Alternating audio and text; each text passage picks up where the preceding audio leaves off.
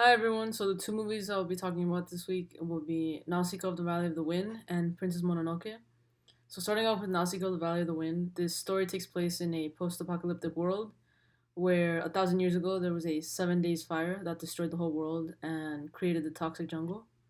In this world, there is a myth that there will be a savior that will come in blue robes, and they will be in a golden field.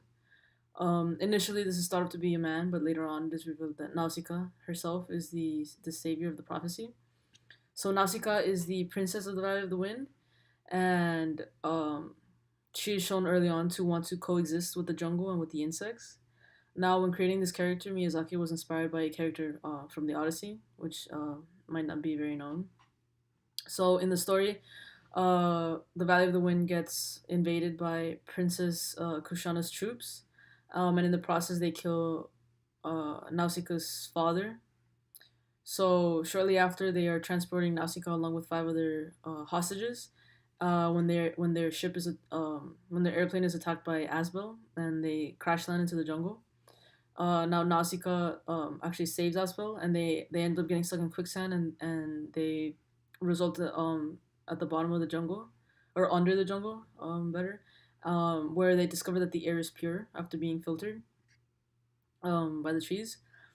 So on her way back to the valley, Nausicaa or Asbel tells Nausicaa that his people have a plot to take over the Valley of the Wind by angering a stampede of Ohms in order to destroy the Valley of the Wind and kill everybody. So Nausicaa sets out to stop this, and in order to do so, she has to rescue a baby Ohm that they are using to enrage the Ohm and to create a stampede. In this process, she sacrifices herself. So initially, when trying to rescue the baby Ohm, she allows herself to be shot in order to sort of crash land the little ship that they're using to transport the baby Ohm.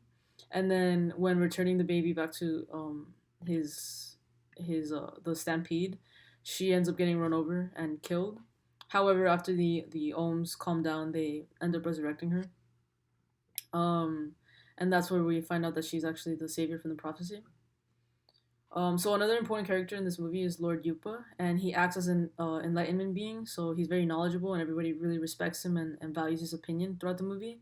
And even the opposing soldiers really respect him, and we see this especially when one of them says that if anybody actually manages to kill him, they'll become famous because that's just how good he is and how skilled he is as a warrior. So there are many themes throughout these movies. One of them being feminism. So in this movie, for example, Nausicaa is the main character, and she's obviously a female, and she's very loved and respected by her people. And they even say that they want their children to grow up and be like her. And she ends up being the person from the prophecy, even though it was originally thought of to be a man. She's also a very powerful warrior, and she's very skilled glider. She's very good at flying her glider. Another powerful female character in this movie is Princess Kushana, who she's a very strong leader and a very powerful warrior as well.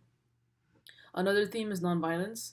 So Nausicaa is very nonviolent. She's very against killing, and although we see her lose her temper when she sees that her father has been killed, she immediately regrets her decision to attack the troops or the soldiers.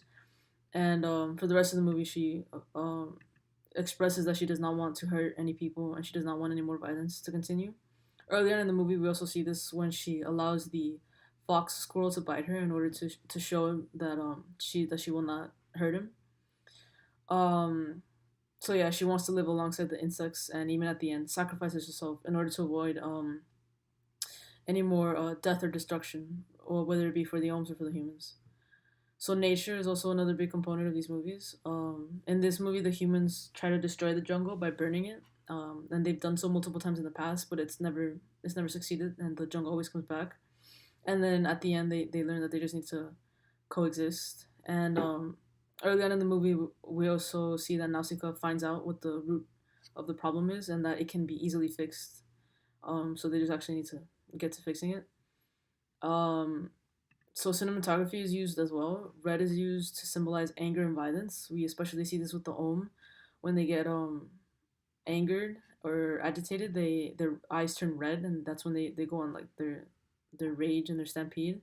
And then when they finally calm down and are just clear headed, their eyes turn blue, which represents more of like a calm. So the next movie is Princess Mononoke. This movie starts with the main character Ashitaka. He has to fight a possessed boar, and in this process, he ends up getting cursed. So it's important to note that initially he's actually very pacifistic. He tries to calm down the boar first before having no choice but to fight him. This boar was the god Nago, and the reason he was so angry is because there was an iron ball in his body. So Ashitaka is told by the wise woman in his village that in order to heal himself, he must head west, and when he leaves, the villagers cannot watch him leave, and they must act like he's dead. So it's kind of a type of ritual that he needs to perform in order to find a way to heal himself. So on his journey, he finds two men that were injured after fighting a wolf pack that's led by San and by the goddess Moro. He travels with them through the forest with the help of the Kodama, which are sort of little spiritual beings that guide him through the forest. Throughout this, we see him struggling to control his arm, which is where his demon is and where the possession is starting. Um, so once he gets to Irontown, we meet Lady Eboshi, who created Irontown by cutting down the forest in order to produce iron, and this is really angering the spirits because she's destroying their forest. So the forest spirit is the main spirit of the forest, and it has a ritual where he transforms into a night walker when the sun goes down, and then when the sun comes back up, he transforms into a deer.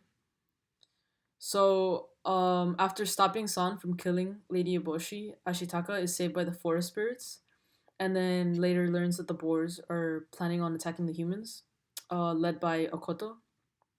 So Okoto is a god, and he is physically blind, but he's also in a way metaphorically blind, blinded by rage because even though he knows that they will not succeed and that they will most likely die if they attack the humans, he's still hell bent on doing it, and he doesn't care. So after all the boars are defeated, he Ashitaka attempts to save San from Okoto, who has now turned into a demon and he's possessed. Um, so during this fight, Eboshi and Jigo actually decapitate the forest god, and this starts a process where the forest god starts to spread all over the land, killing everything that it touches. So finally, they manage to return the head back to the spirit, and he dies right as the sun is rising.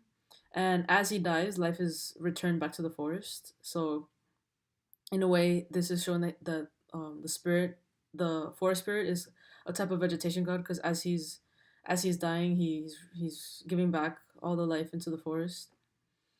So in this movie, feminism is also a very big component. So San is shown to be a very powerful warrior, as well as Lady Eboshi. She's a very well respected leader and a very strong warrior. And the women in the movie have very important roles in their society. So within the village, and Lady Eboshi actually buys out their contracts as a from brothels in order to give them jobs where in her village. And these women are also shown to be very skilled fighters. So nonviolence is also a big component again in this movie. Ashitaka is very pacifistic throughout the whole movie, and he doesn't like to use violence. Even though he's possessed and his arm sort of has a mind of its own, he still controls it and refuses to act violently when he doesn't need to.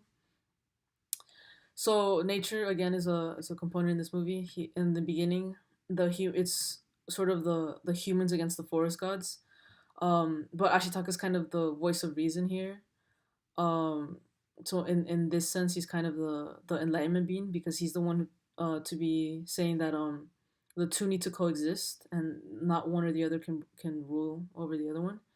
And then at the end of the movie, after the forest spirit dies, the humans finally realize that they need to live in harmony with the forest and with the forest spirits.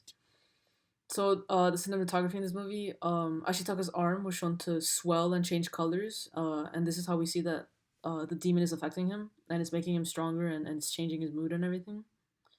Um, Another thing I found interesting is that when the gods are not clouded by judgment, they are able to speak like any other human. But when they are filled with hatred, like with Okoto, they can no longer speak and they could just squeal like any normal animal would be able to. Also, the colors purple, blue, and black tend to represent bad things in the movie. So, like when the forest spirit dies, a sort of wave of black takes over the jungle. I mean the forest, and then and white represents good things. So, like when Ashitaka is healed, there's like a white light that goes over his arm, and then at the end, when the forest god dies and gives back life into the forest, everything turns um, green again. So that's my analysis of these movies. Thank you guys, and see you next week.